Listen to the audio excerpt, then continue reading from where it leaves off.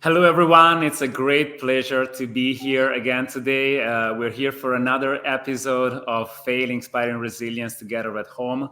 And we're very pleased to have a very special guest, a very special speaker today. But before an introduction, let's really just remind a second what Fail is about. So, Fail is an organization, and our mission is to basically destigmatize failure and bring psychological safety in organizations, school, universities, etc. And our goal is to share stories of inspiring people that without filters. So basically, removing all those layers that sometimes are disrupting for society in a way that we hide those and we really don't come up as the way we are. And by hiding those, there's a lot of consequences in people. So it's extremely important for us to share these stories without filters. And welcome everybody to another episode. So today with me we have Jurgis. Hi, Jurgis. Hi there. And we have Michael here with us as well. I'll bring like a really short introduction and he can take the floor in telling a bit more about himself and his story. Uh, but Michael K. Jackson, I have an absolute joy in introducing him today. He's a keynote speaker. He's an inspirational keynote speaker, more than that, about resilience, about entrepreneurship, how to be a better, stronger entrepreneur, how to build yourself back after failures. He has more than 20 years of business leadership and training experience. He's a writer, prolific writer, and a successful businessman on top of that as well. And well, without further ado, Michael, the floor is yours. Tell us a bit more about yourself. And well, actually, no, before that, like you have a really beautiful map on the background. You've done like 20 years of business leadership. Have you done it like all over the world and like consulted people everywhere? I have consulted people everywhere, and it's just a little. The map will explain why I'll explain why I have the map up there. In fact, I was just explaining to Francisco that I recently put the map up there as a form of inspiration for me. For one, because I've done a fair amount of travel throughout my life. I was my dad was in the U.S. Navy, so I lived in the UK for a while, Scotland to be exact. And I'm from the Caribbean, so you can see clearly the Caribbean Sea there with all the islands. I'm a proud Caribbean American, and when I myself went into the military, U.S. Air Force, I was stationed in Germany and got to travel all around Western Europe as well. So that's the basis, the foundation. But the inspiration for me is I have many countries that I want to visit. I'm no stranger to working with people in different countries and so forth, and I want to be able to. And we'll get into Michael K. Jackson International in a little bit, but through my speaking, I have a goal to inspire purpose-driven leaders all around the world. So that's why I have that up here. I'm on a mission. So my mission is global, hence the globe. So, Michael, you mentioned a lot of incredible countries, but you said you've been in Germany as well. Mm-hmm. You've been in Europe, but you missed a very important country, Italy. Why you didn't Italy, go there yet? of What course. happened? So here's the deal. Let me say a little something about Italy. So have not been to Italy yet. Got close, but have not been to Italy yet. However, a few days ago, I celebrated my birthday, right? And it's close to a significant birthday. I'm going to withhold that for now, but it's close to a significant number.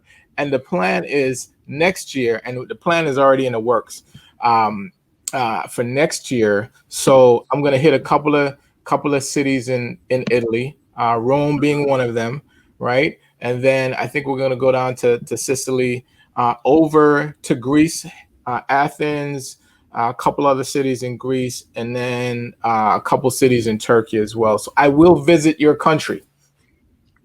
That's amazing. That's what I that's what I needed to know. I said when It's you're on a coming. mission to inspire the world, at some point you need to go through Italy. So I'm glad you're Absolutely. gonna be there.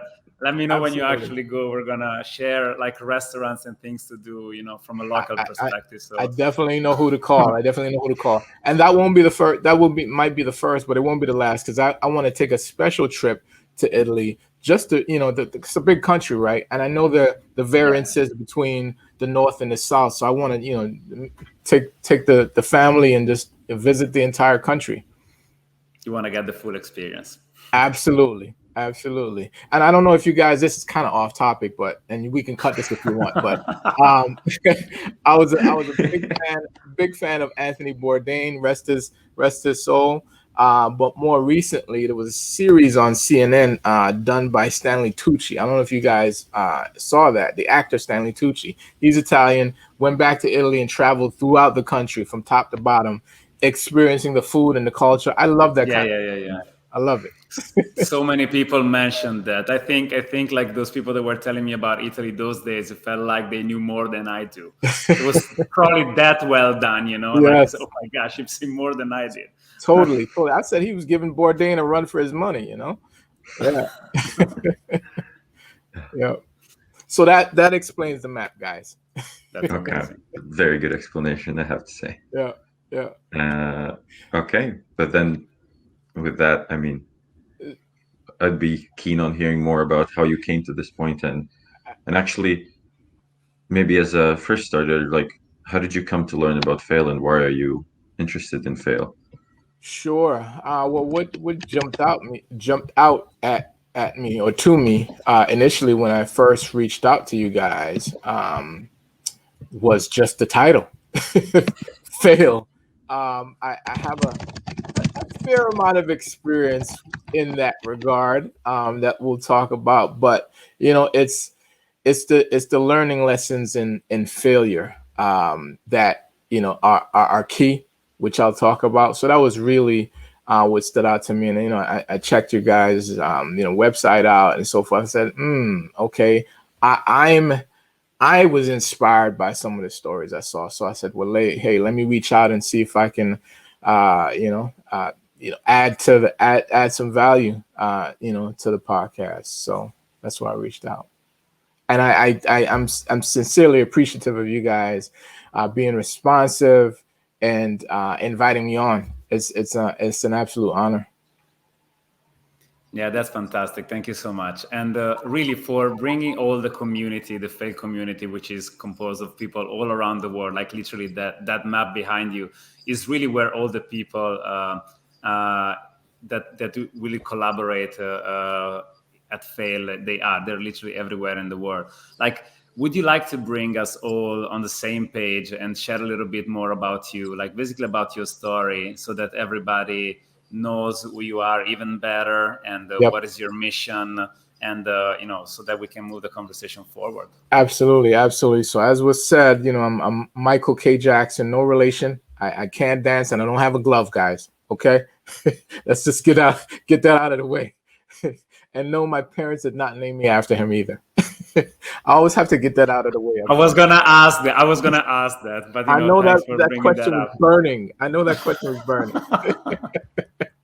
But yeah, so I touched on the fact that I'm originally from the Caribbean, born in an Eastern Caribbean island called Antigua, and raised in St. Thomas, U.S. Virgin Islands. And I mentioned that my dad was in the military. We did a fair amount of traveling, and then later in life, I myself joined the U.S. military, U.S. Air Force specifically, and was stationed overseas, and then came back to the States.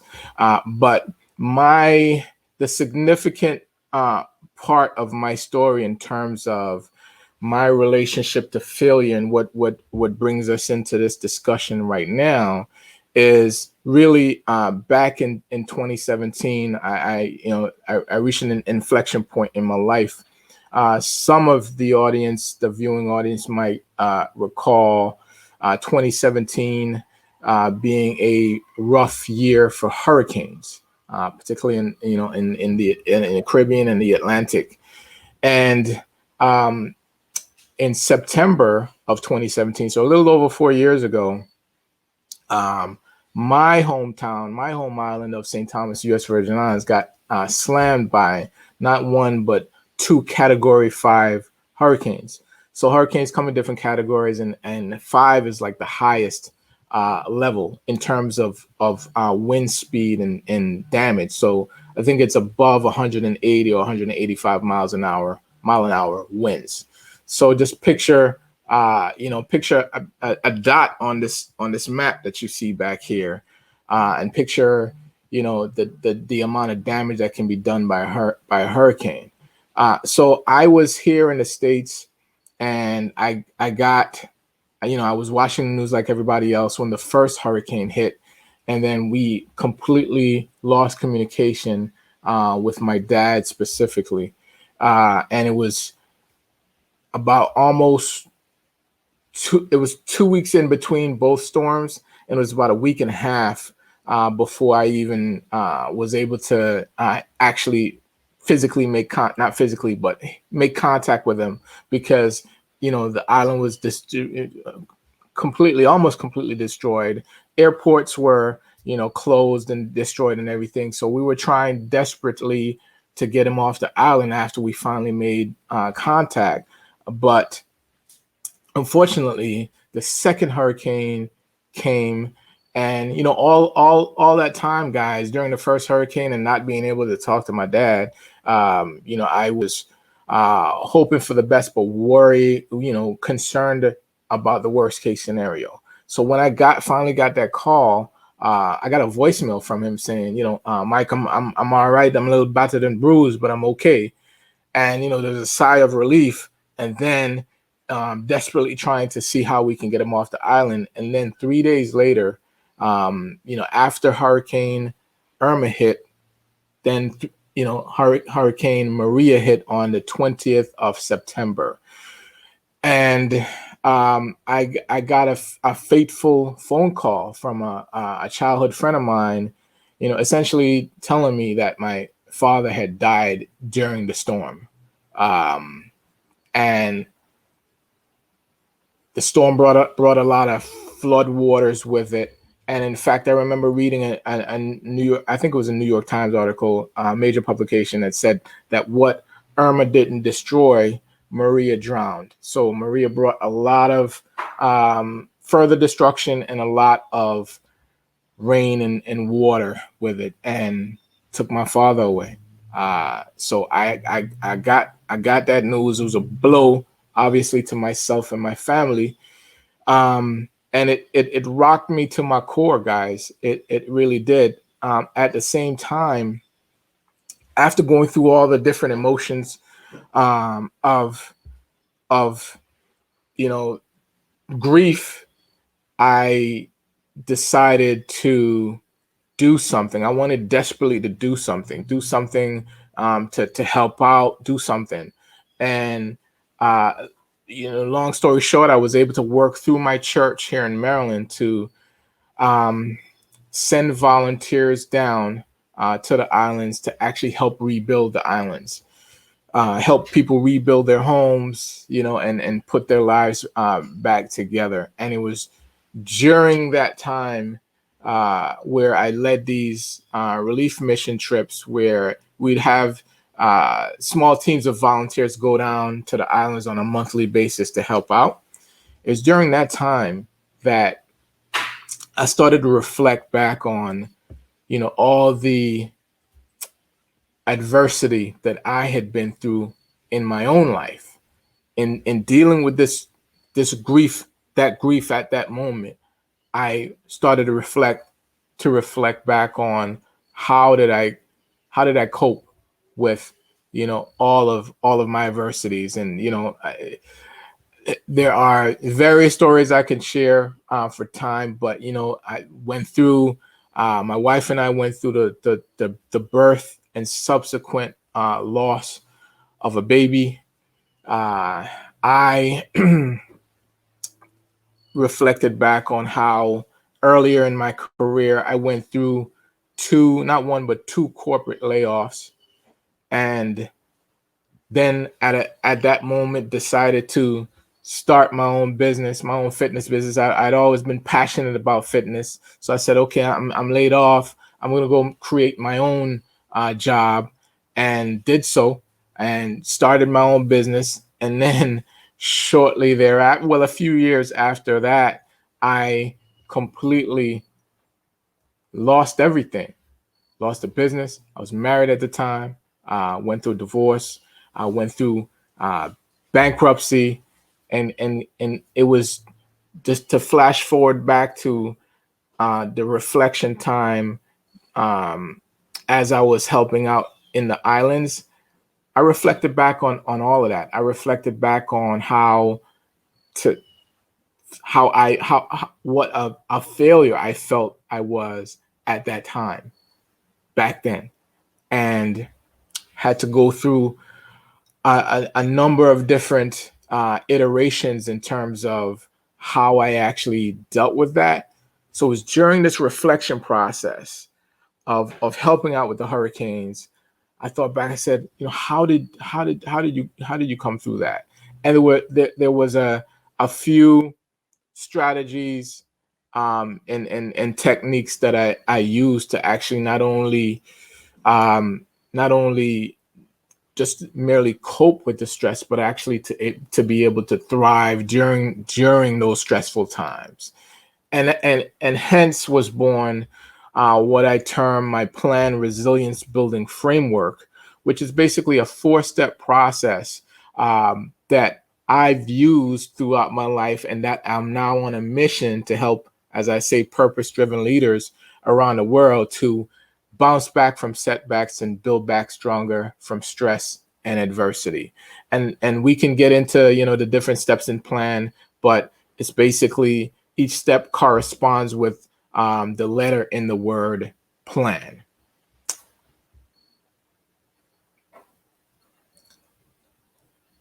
Guys, Jurgis, you're muted. Okay, sorry. I mean, I said, wow, thank you for sharing that story. I mean, it's very intense, and I feel like it must be to share these emotions and everything through like all of this path of both of your loss and then everything. So, I mean, thank you a lot from my side. That's just very, very powerful of you. And then it's very interesting how you've gone through this and you've developed like your own like method on how to deal with this and then bring it forward to help others. So I mean, I'm super interested. Like, could you just actually share about the 4 different steps of plan? Absolutely. So the plan resilience building framework, and just to further explain how it came about too, is that we were on the islands helping rebuild, and it was all about building back stronger, more resilient physical infrastructure, right? Building homes and buildings and so forth that could in the future withstand category 5 storms. And it was during that time that I said, well, I want to actually help people build their emotional resilience, right? So hence plan was born, and the first step in this resilience building framework is P, for practice, prayer, and meditation.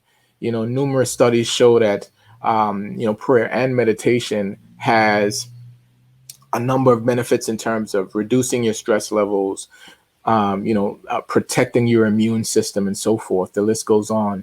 And there are numerous studies about the benefits of meditation. Step number 2 is lean in. L for lean in and listen for the lesson. And that's kind of, I say you get 2 L's for the price of 1 there, because it's lean in and listen. Really 3, lean in and listen for the lesson. So right, that's a 3 for. And so what I mean by lean in, really lean into the adversity. So I always say that make adversity your advisor, not your adversary. And by that I mean, oftentimes when we face adversity, trauma, drama, stress in life, we oftentimes want to kind of back up and go into recede into a shell, which early on, I can certainly identify, because early on, when I had first experienced the 2 layoffs and so forth, I always say that, I didn't want to see anybody. I didn't want to talk to anybody. And you kind of recede into your shell. But what I've learned over time is that we have to lean into our adversity. And and leaning in can be leaning into your faith. I happen to be a man of faith, so I lean heavily on my relationship with God. That might not be you. You can lean into your community, close friendships, people in your life that have your best interests at heart. Lean in to those relationships, right? And then I say, listen for the lesson. Optimism is a key to building resilience. And I believe personally that there's a lesson in every single adversity we face, every single obstacle we face. There's a lesson to be learned. So my frame of mind, my thinking is, instead of asking, why is this happening to me? Ask a different question. Ask, what can I do about this, right? Who can I help with this? Ask different questions. So what lesson can I learn from this tragedy in my case, or this, this layoff? Guys, we've gone through what, at the time of this, about 18 months of a global pandemic here in the States, and even globally too. There's been political chaos, racial strife, and just a lot of heavy stuff, guys.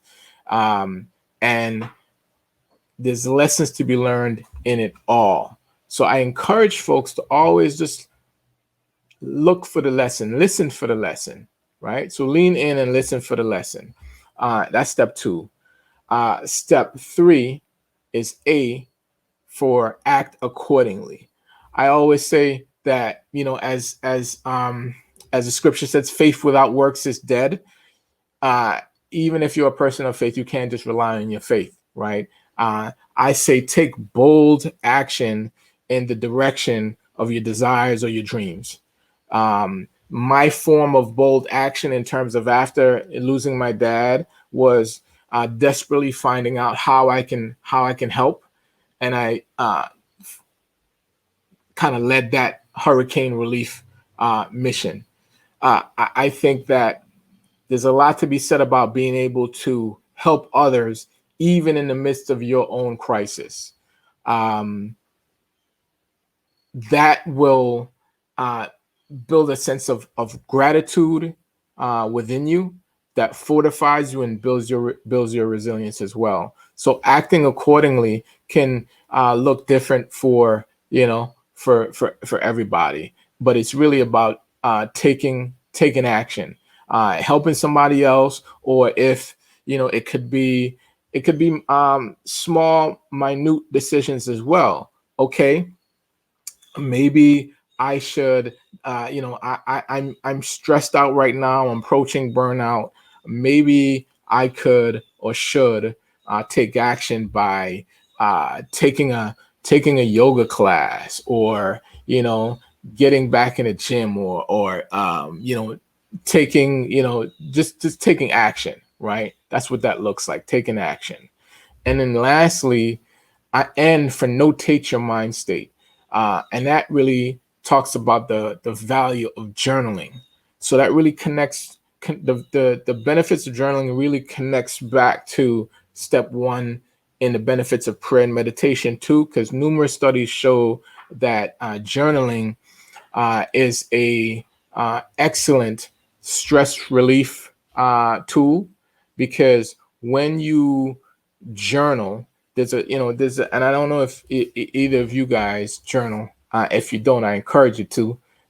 It's really a cathartic process when you actually start writing down your experiences. You're able to really process what's happening and what has happened. And the beauty is, guys, is that you can, one, look back on, and I do this quite frequently, look back on your old journal entries, and you can see just how far you've come. You can see that this is not your first rodeo. You've dealt with stuff before and you've survived stuff before as well. This that you're currently dealing with might be a little different or vastly different from what you've dealt before, but you've dealt with adversity, you've dealt with obstacles before. And if you're watching me, if you're hearing me, you're still alive, you're still with us. So you made it. So you can look back and say, well, I'm still here.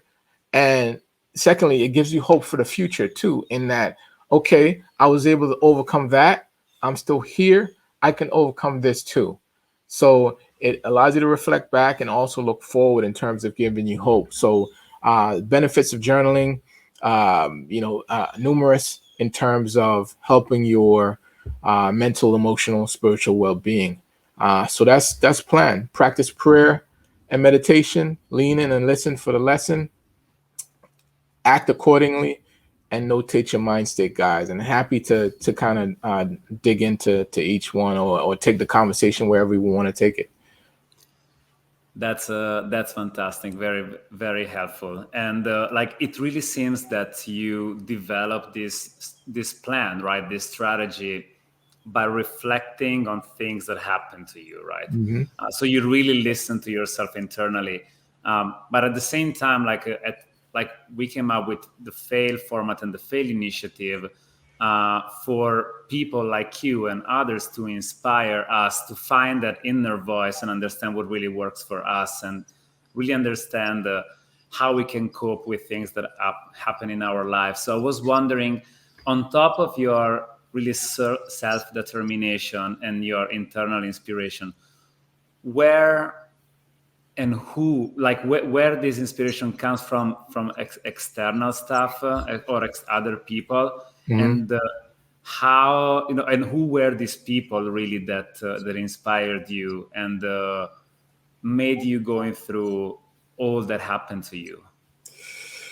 Well, there's a number of people. I would have to start with my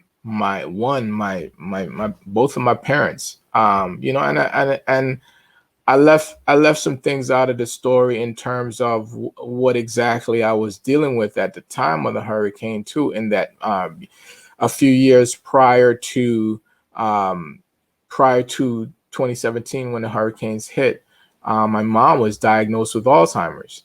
And a couple of weeks prior to the first storm in August of 2017, we had to make a tough decision in the family to actually, she had gotten to the point in the disease where, it was too much for my dad to handle, and even too much for the caregiver, her caregiver to handle. So we actually had to make the tough decision to, put her in a facility, a memory care facility, that's specifically for Alzheimer's dementia patients.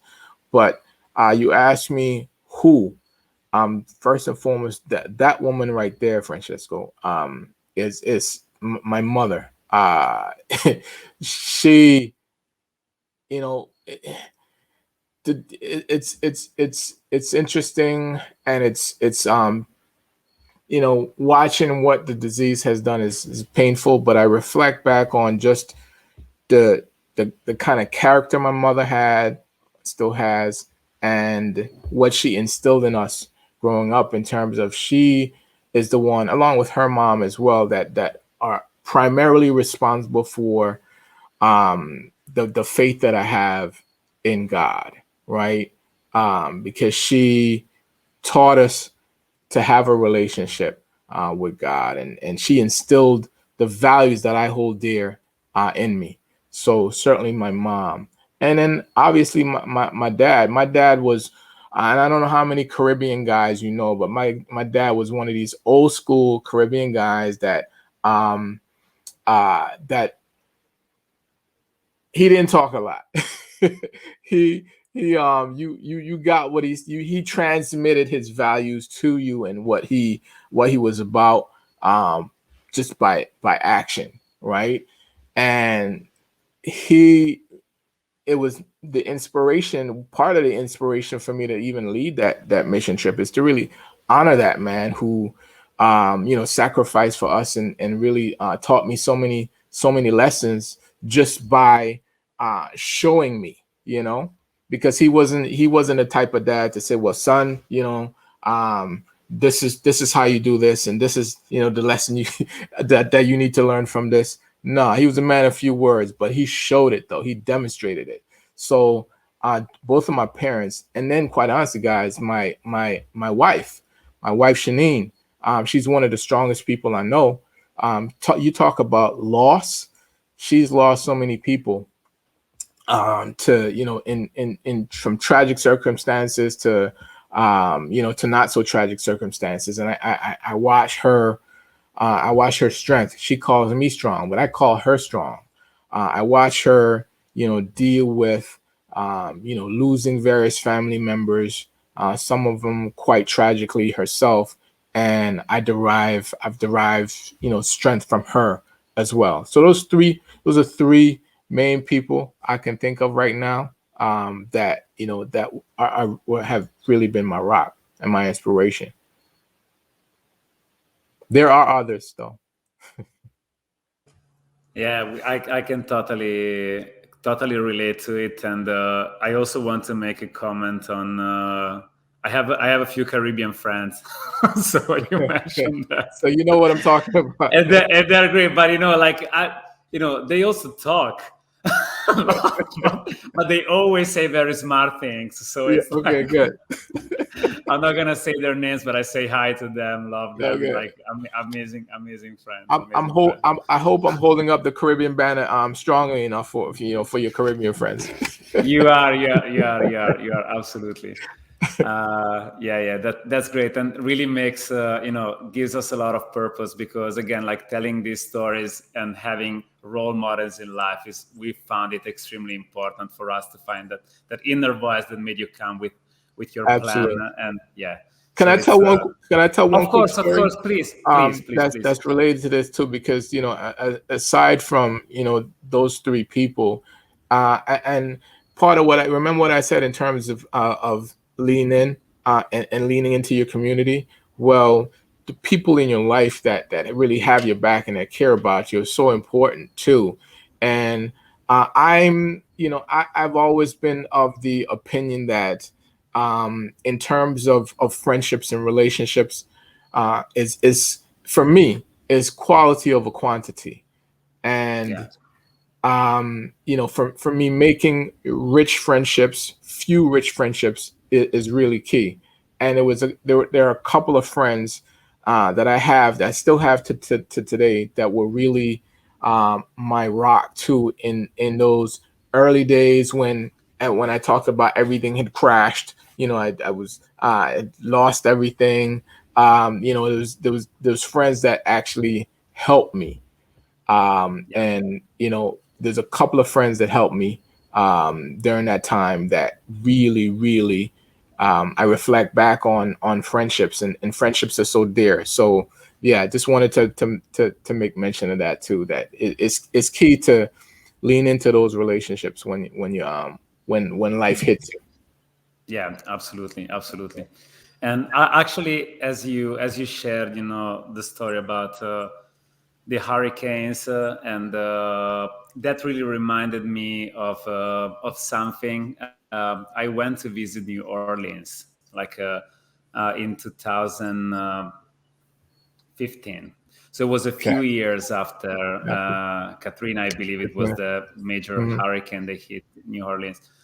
And Mhm. I do remember that there were still a lot of people around the city really selling objects that were made out of wood, that came from the houses that were destroyed. And I bought a lot of those as gifts for people to bring back home, because I found extremely powerful, the resilience of those people in that city. There was, Mhm.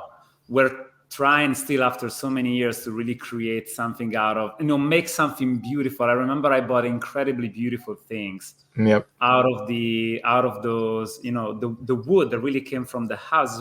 And I thought it was extremely inspirational for me, and something that I've never seen before, even though in Italy we don't have hurricanes, but for instance we have earthquakes all the time, and Yeah. they've been Yeah. crazy, like also in my area. So I found it beautiful. And I think your story also for, rebuilding, etc., which is not just houses, is really your soul and everything about you. Extremely inspirational. And, that I also recently, there was in New England, like Hurricane Henry, but also like Hurricane Ida in Louisiana again. So Yeah. like this is happening all the time. So I guess Yeah. your story, I hope it can help, people that are going through same struggles. And if you also want to add anything related to how to cope with the struggles and the aftermath of events like this, Yes. especially when it comes from natural events that again like feels like why this is, you said already why this is happening Why? for me, but Yeah. it's not the right question, right? But so Right. if you want to add anything to that as well, I was really inspired by, and that reminded me that story when I bought all those gifts for my friends. Yeah, yeah, yeah. And and that was acting accordingly. That was the personification of acting accordingly. And for me, it's this is really a life mission for me, because another way we're talking about actions and and what we can do. The whole reason I'm sitting here is because of I remember that the following year in 2018 is what inspired me to actually act accordingly again and start this business called Michael K. Jackson International, where I'm using, because I have years and years of working with business professionals and entrepreneurs, and providing training and speaking and so forth. And I find it interesting. And just a quick word, still related, but a quick word about purpose, in that oftentimes we are seeking our purpose outside of us, right? When all along our life purpose is within us. And it's a lot of oftentimes is unearthed in negative circumstances, tragic circumstances, and so forth. So that's why we have to, one, have an appreciation for the things that we're going through, because it goes back to that leaning in and listening for the lesson. And my lesson was, hey, you can help a lot more people than just the people back home and rebuilding, right? And this is now part of my mission in terms of wanting to help people around the world, and really preaching the gospel of plan, because I think the benefit of this what I call the resilience building blueprint is what do they say, the parts I forget the saying, the parts are stronger than the whole, or something like that. So when you take, because we all may maybe pray and meditate, or some of us may journal, but I think when you combine everything and you look at it holistically, that's what I would encourage anybody who's facing anything right now, is to put that plan into effect, and start small. If you're not one that's been given to being still, because I have friends that say I just can't focus, I can't concentrate enough to meditate. And I always say that meditation, there's no one size fits all. It doesn't look one way for for everybody. You have folks that can meditate for hours or whatever, and then you have folks that actually can do guided meditations via the various apps that are out there, or even walking meditations, right? So, but I encourage everybody within the sound of my voice to just take some time to center yourself, right? Center yourself, focus on your breath, do some deep breathing exercises, and that really helps in slowing you down in this fast paced go, particularly when you're going through stuff, and you are faced with everything coming at you, a million miles an hour, right? It's important to just physically actually slow your breath down and take a couple of minutes, particularly in the morning when you first get up, and just get centered. That's one nugget, one practice that you can put into place right now, if you haven't done so already, to really be able to not only, because my objective in empowering people is not just to cope with adversity, or just to kind of smoothly get along, but we all can actually thrive in the midst of adversity, right? There's things that we can do to prepare for the storms in our life. There are things that we can do to actually endure while stuff is happening, while the winds are blowing. And there are things that we can do to actually recover once the dust settles as well. So implement plan is what I would tell folks. Yeah, that sounds like such a, I mean, it doesn't sound, it is a powerful tool on how to prepare yourself. And like, I wanted to touch a bit more about on that part on preparation, because like a lot of adversity comes, like a lot of times comes from like dealing with struggles as they are already here. But you mentioned before about taking action before burnout. Yes. Like right now about preparing yourself, like Yes.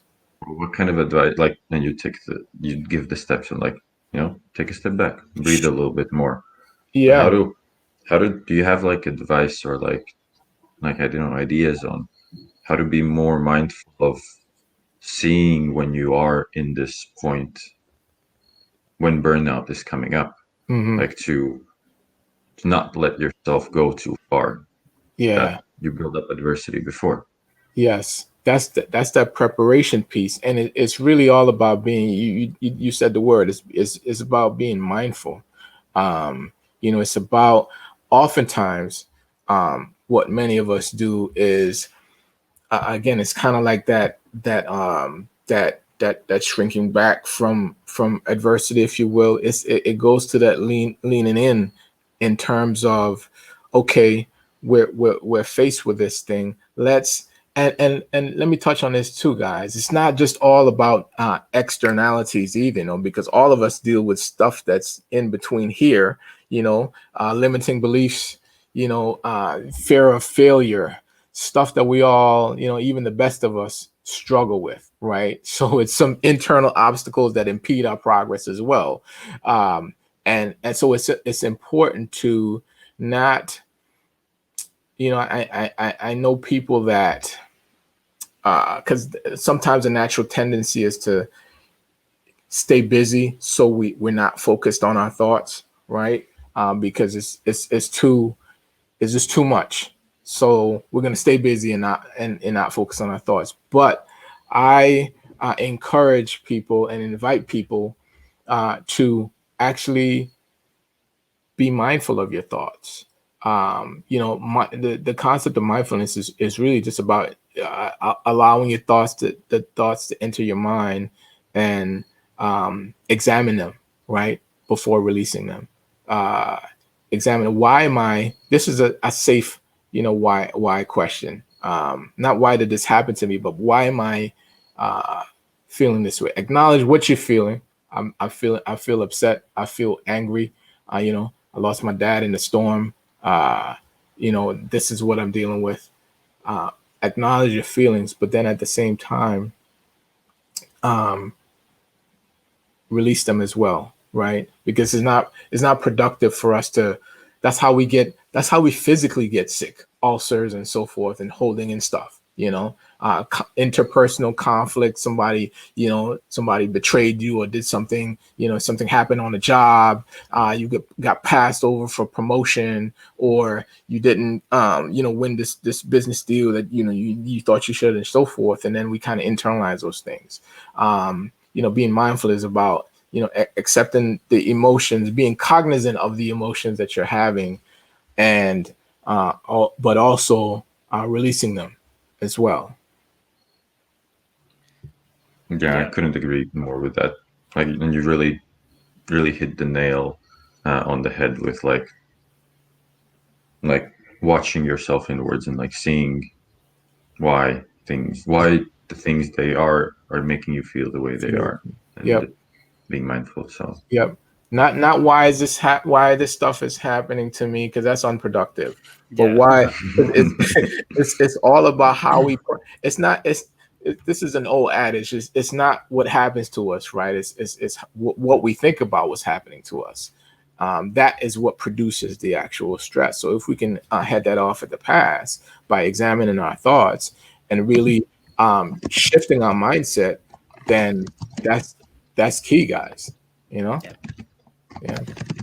And Michael, talking about feelings, like I was like really impressed by the fact that you said, you basically followed your passion for fitness when you decided, what to make your business about.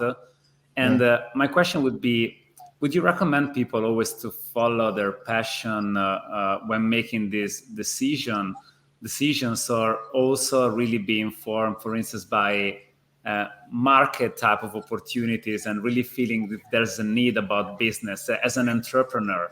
How would you Yes. balance these two things? And I think it would be useful for a lot of people that are thinking about entrepreneurship. Absolutely. So I would skew towards the latter in terms of, yes, we want to do.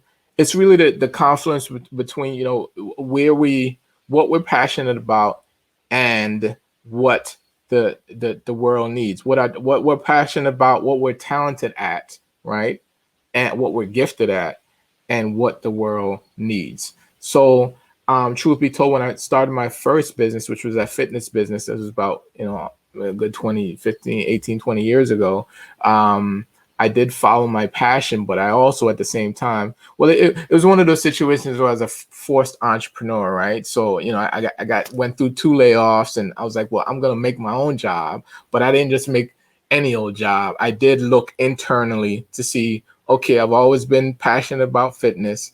So I'm going to, start my fitness business, but I didn't just haphazardly do that. For all the entrepreneurs out there, I did look at, and this is just how I think. I started out, being a personal trainer. So I got the proper certifications, and then was personal training, and then I looked at the market at the time and said, well, there's a market need and demand for these type of, at the time, it was like a 30-minute fitness centers where particularly working women, busy moms and so forth, could come and get a quick workout, 30 minutes in and out.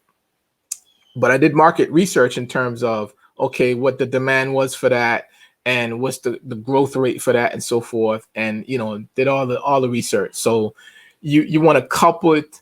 In short, you want to couple your passion with, it's not just, it can't just be your passion about this thing, because you might be passionate about basket weaving, but it might not be a market for that, right? So you wanna match your passions with what the demand is with what you're actually talented at as well. And I kind of did the same thing when I started my current business too, my current speaking and training business, in terms of, okay, there definitely is a need and a market for, helping people, particularly business people, organizations, build resilience and so forth, and utilizing my personal experience, along with, all the data to back, the studies about resilience and how you build resilience and so forth. So all that to say, couple your passion with research as well, guys. Yeah, and I'm telling you why I asked that question, because I just started a company myself. Okay, it's a spin out from MIT. It's coming from the research that I've been doing for the past 4 to 6 years, and I've attended the first class about entrepreneurship, coming from a very technical and scientific background, and the person teaching the class said, make sure, guys, you're not building a product that solves a problem that nobody has. That's Right? that's the key. That's the key. Because maybe you're just making something that you think is going to change the world, and then you Right. talk to 100 customers and say, oh, but look, like, we don't really have this problem, or in the Exactly. priority list this is 50 Right. in line, so it's like not a good business. Exactly. So Then just say then it's just a I hobby. thought that, yeah, exactly. So totally agree with you. Passion, but also, are you solving a problem that somebody has, and you're actually helping somebody? Is there an opportunity out there? So Yeah. thanks a lot for sharing your perspective. That they're willing to pay for. Exactly. Also that. Yeah. Yep.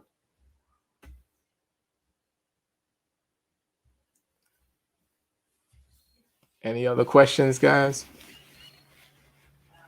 I think Jurgis wanted to add a question. Yeah, I mean, sure. So, like, continue actually on this a little bit about the business, and since you went through the unfortunate like end of your business and whatnot, what kind of lesson did you take away from like both the start and the finish? If you were to go back, would you do things differently, or like was Yeah. this like a Great all question. blessing? Yeah, great question. Great question, because this again goes to, I think I mentioned in the beginning, about that concept of failure, because after after losing the business, and then I lost my marriage, and then had to file for bankruptcy, I felt like a complete failure. Quite honestly, and looking back, I'm of the philosophy that everything happens for a reason. So I wouldn't necessarily go back. I wouldn't go back and change anything, because the way life unfolded, and this goes to my beliefs, my faith as well, in terms of back then when I first started the fitness business, guys. I was enthusiastic, and I said, well, because it was a franchise, right? So I said, well, I'm going to have this location, and then I'm going to put a location in St. Thomas, where I was raised. I'm going to put one in Antigua, where I was born, and then it's going to be, it's going to grow exponentially. But even before that, when I was in corporate, I had, I had desires of moving up within that corporation, the global corporation, and I had, I saw myself staying there for a while, but then that door closed, and I had no control over that, so I made another door. But that business, the fitness business that I started, and just reflecting back, and this is the importance of reflection, is that I wouldn't change anything, because you know what, guys, if had that fitness business been super successful, I would not have actually I would never have met my current wife, which means I would not have had I wouldn't have had the family I have, I wouldn't have had the kids I have. So everything is connected, because during that fitness business, I actually had to get a job and do work the job while doing the fitness business, and it was on that job that I met my wife. So when we reflect back, I mean, we can't go back and change things, because everything happens. I believe everything happens for a reason. I get into debates about with people that believe in luck and happenstance. I happen to not believe in luck and happenstance. I believe that everything happens for a reason, and everything happens for a divine reason as well. And in my life, that has been that has proven true. In that, if it wasn't for that um, happening, then I would not have been here either. So yeah, I don't know if that answers your question, Jurgis, but no, I wouldn't go back and change anything. As painful as those experiences were at the time, and when you're going through stuff, you have no idea of how things are going to unfold, right? But after you live a little bit and you experience failure a little bit, perhaps multiple times, then it goes to my point about journaling, when you can look back, but you can also mentally reflect back too, in terms of, okay, then you begin to connect the dots. And I wrote about this recently too, about being thankful for closed doors, or the doors that have been slammed in your face, because that's, in my in my opinion, really God guiding you to where you're supposed to be anyway. Yeah, and that actually goes back to like about your plan strategy for resilience. So that Mm-hmm. optimism is key, you said at Key. some point, Key. and that really doing good things lead to other good things that happen Absolutely. in life to you. So I think this is very important and a message that we definitely take home, and this is relevant for everybody. So I think we are at the top of the hour, but it's been incredibly amazing to be talking to you, Michael, and Yes. thank you so much for sharing your story with us and to answer our questions. And really, I would like to invite you to share, as you are on a mission to really help the world and help globally, to share a little bit about how people can reach out to you, if there's a website, if there's some way that people can engage, and what is the best way to do so. So please feel free to share a little bit about that. And really, thank you for being with us. Thank you, Jurgis, for hosting. And really, take us there. No, it's my pleasure, guys, and it's an honor, to be here with both of you as well, and with everybody that's watching. The easiest way to get a hold of me is to go to michaelkjackson.com. It's my website. From there, you can link to all of my social media. I'm most active on LinkedIn, and you can find me at Michael K. Jackson on LinkedIn as well. But I invite you all to just feel free to go to the website. Feel free to sign up for just put in your email, and you'll get regular updates on what's going on. If you happen to work in an organization or know somebody that works in an organization that could use some resilience training, focusing on improving people's well-being, mentally, spiritually, emotionally, please feel free to reach out to me. Email Michael at michaelkjackson.com. But again, easiest way, go to the website at michaelkjackson.com. Fantastic. And we actually have also plans to do so and help the corporate world as well with our mission. So we'll probably further engage with you and have you joining some of our events as an inspiring keynote speaker that can really speak to many people. So would love thank to, you, guys. thank you so much. Thank you, guys. And also thanks for all the people that have been watching and connecting with us as well. It's been a great pleasure. And until the next time, we're going to have another speaker very soon with us, another guest. So thank you so much for supporting Fail, and looking forward to talk and engage with everybody. See you. Bye now.